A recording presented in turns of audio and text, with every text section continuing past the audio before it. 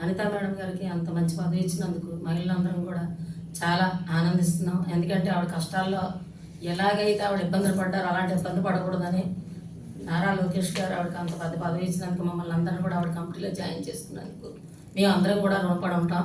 కానీ ఈరోజు మరి మేడం గారు అన్ని కష్టాలు చూశారు కాబట్టి ఈరోజు ఆవిడ అరెస్టులు అయ్యేటప్పుడు కానీ మమ్మల్ని అరెస్ట్ చేసేటప్పుడు కానీ ఎక్కడైనా న్యాయం చేయడానికి మేము వెళ్ళేటప్పుడు ఎన్ని ఇబ్బందులు పడ్డారో ఆవిడ తెలుసు కాబట్టి ఈరోజు హోమ్ మినిస్టర్ కింద నారా చంద్రబాబు గారు ఇచ్చారు. ఎందుకంటే కష్టాలు తెలిసిన వాళ్ళకి ఆయన పదవులు ఇస్తారు, మామూలు వాళ్ళకి ఎవరికి కూడా ఆయన పదవులు ఇచ్చి పదవుల విలువలు తీసే రకాలు అయితే మా నాయకత్వంలో లేదు కాబట్టి మా నాయకుడు ఎప్పుడు మంచి పని చేస్తాడు.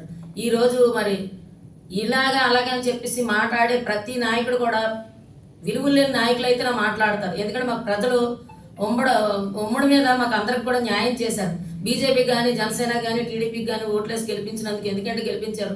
అక్కడ ఎవరో లేరు, నారా చంద్రబాబు ఉన్నారు, ఆయన నమ్మండి అని చెప్పేసి మేము అందరం చెప్పాం. ఈరోజు అదే పని చేస్తున్నాం. కళ్ళు మూసుకొని పడుకున్నారు ప్రజలు మాకు ఓట్లేసి మా పనులన్నీ నా చంద్రబాబు చూసుకుంటాడని అందరూ ప్రశాంతంగా ఉన్నారు. ఈ ప్రశాంతంగా ఉండే దాంట్లోని రాళ్ళు వేసి ఏదైనా వేసి మాకు చెడ్డ పేరు తీసుకొద్దాం అనుకుంటే మటుకు మొన్నే జల్ల కొట్టారు ప్రజలందరూ. ఇంకా మళ్ళీ జల్ల కొట్టించుకోవడానికి ఆఖరికి 9 సీట్లు అయ్యాయట. ఇప్పుడే తెలిసింది నాకు. ఆ 9 కూడా లేకుండా 1-2 ఉంటాయేమో, లేకపోతే ఆఖరికి లాస్ట్కి జగన్మోహన్ రెడ్డి ఉండిపోతాడేమో తెలియట్లేదు. కానీ చాలా జాగ్రత్తగా మాట్లాడితే బాగుంటుంది. ఎందుకంటే మీలా పని చేయకుండా గోర్లు గిల్లుకునే నాయకులు అయితే మా కమిటీలో లేరు, మా పెదవులు కూడా అలాంటి వాళ్ళకి ఇవ్వలేదు నారా చంద్రబాబు. అందరూ పనిచేసే రేస్ గుర్రాలకి ఇస్తారు ఎప్పుడు పనులు, అలాగే అలా రేస్ గుర్రాలకే పరిగెడుతున్నారు అందరూ.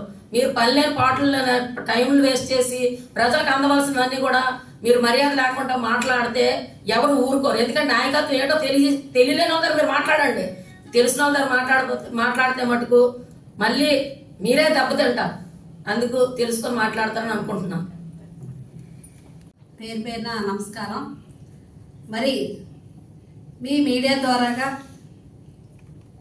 మా అధినాయకుడు గౌరవ ముఖ్యమంత్రి చంద్రబాబు నాయుడు గారికి మేము ముందుగా ధన్యవాదాలు తెలియజేసుకుంటున్నాం.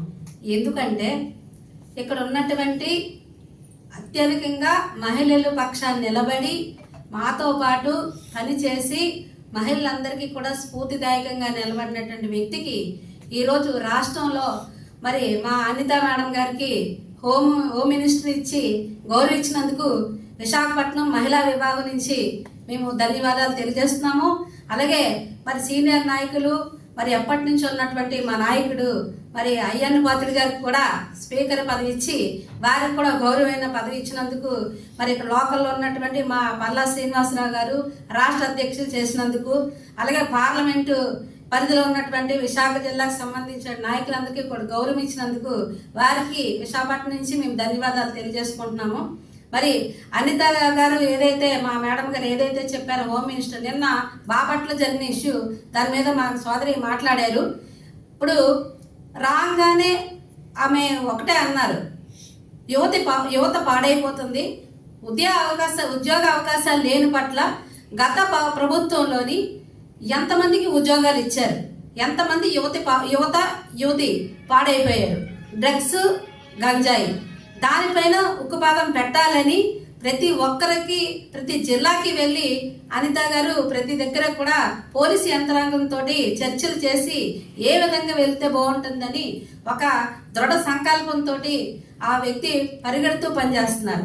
జరిగిన ఇష్యూ 36 గంటల్లో ఇమ్మీడియట్గా బాపట్ల వెళ్ళి స్వయంగా ఆ కుటుంబాన్ని పరామర్శించేసి ఎక్స్గ్రేసియా ప్రకటించినందుకు మరి అనిత గారికి, మా హోమ్ మినిస్టర్ గారికి, అలాగే చంద్రబాబు నాయుడు గారికి కూడా మేము ధన్యవాదాలు తెలియజేస్తున్నాము. మరి గత ప్రభుత్వంలో ఎంతమంది మహిళలపై అత్యాచారాలు చేశారు, ఏ విధంగా యువత పాడైపోయింది, ఎన్ని కేసులు ఉన్నాయి, దిశ పోలీస్ స్టేషన్ పెట్టారు, మాట వరుసకే పెట్టిన దిశ పోలీస్ స్టేషను ఈరోజు ఏ విధంగా ఉందో మీరు చూశారు. దానికి ఒక్కరోజు కూడా స్పందించలేదు.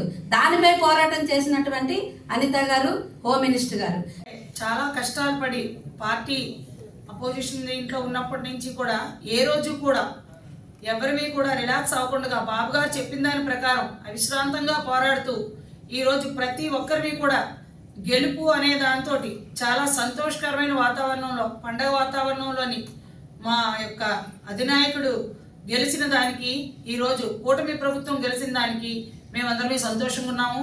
మొదటగా మాతో కలిసి మా అందరితో కలిసి ఉన్నటువంటి మా సోదర సమానురాలైనటువంటి వంగలపూడి అనితా మేడం గారికి హోమ్ మినిస్టరు పదవి వచ్చినందుకు మేమందరం ఈ మహిళల తరపు నుంచి హర్షం వ్యక్తం చేస్తున్నాము. అలాగే మా గురువర్యులు అయినటువంటి అయ్యన్న పాత్రుడు గారికి స్పీకర్ పోస్ట్ వచ్చినందుకు, అలాగనే మా యొక్క పల్లా శ్రీనివాస్ గారికి అధ్యక్షుడు పోస్ట్ వచ్చినందుకు, అంటే చంద్రబాబు నాయుడు గారు ఎవరికి ఏ పదవి ఇవ్వాలి అనేది నిర్ణయించి ఆయన ఇవ్వడం, దీనిలో ఎవరివి కూడా ఎక్కడా కూడా పొరపచ్చాలు లేకుండా ప్రతి ఒక్కరివి కూడా ఫుల్ సాటిస్ఫాక్షన్ గా అందరివి కూడా ఒకరితో ఒకరు కలిసి పని చేస్తూ ఈరోజు ఈ స్థాయి వరకు వచ్చాము. గత ప్రభుత్వంలోని ఉన్నటువంటివి ఎత్తి చూపించాలంటే ఈ 5 సంవత్సరాలు కూడా చాలదు. ఎందుకంటే అంత దుర్మార్గ పాలనలోనే నడిచింది గతం. టిట్కో హౌసెస్ బాబు గారు కట్టించారు. కట్టించిన నీళ్ళని వీళ్ళు ఇచ్చేయడానికి సిద్ధంగా ఉన్న నీళ్ళన్నింటినీ కూడా సమాధి రూపం చేసేసారు. సమాధి రూపం చేసేసి కడు పేదవాళ్ళు వాళ్ళకి ఒక 100 రూపాయలు కరెంటు బిల్లు ఎక్కువ వచ్చింది అంటే వాళ్ళ రేషన్ కార్డులు తీసేశారు. వాళ్ళ తాలూకా కారు ఏదో ఒకరి పేరు మీద కారు ఉందంటే వాళ్ళకు ఉండేటువంటి బెనిఫిట్స్ అన్ని కట్ చేసేసి చాలా కష్టాలు అయిపోయి పాలు చేశారు. ఆ రూపంలోనే ప్రజలు తెలుగు తక్కువ వాళ్ళు మేము ఎలా చేసినా సరే వాళ్ళు మమ్మల్ని గెలిపిస్తారు అని చాలా కాన్ఫిడెంట్గా రుషికొండ గుండు కొట్టి ఆయన కట్టుకునేటువంటి ప్యాలెస్లే కానీ ఒక ప్యాలెస్ అనే అనుకున్నాం. కానీ ఇప్పుడు ప్రతి ఒక్క ప్యాలెస్లు కూడా బయటకు వస్తున్నాయి. బాబు గారు అరెస్ట్ అయితే ఆయన చేసిన మంచి ఏదైతే ఉందో దేశ విదేశాలు ప్రపంచ దేశం ఎలా చాటిందో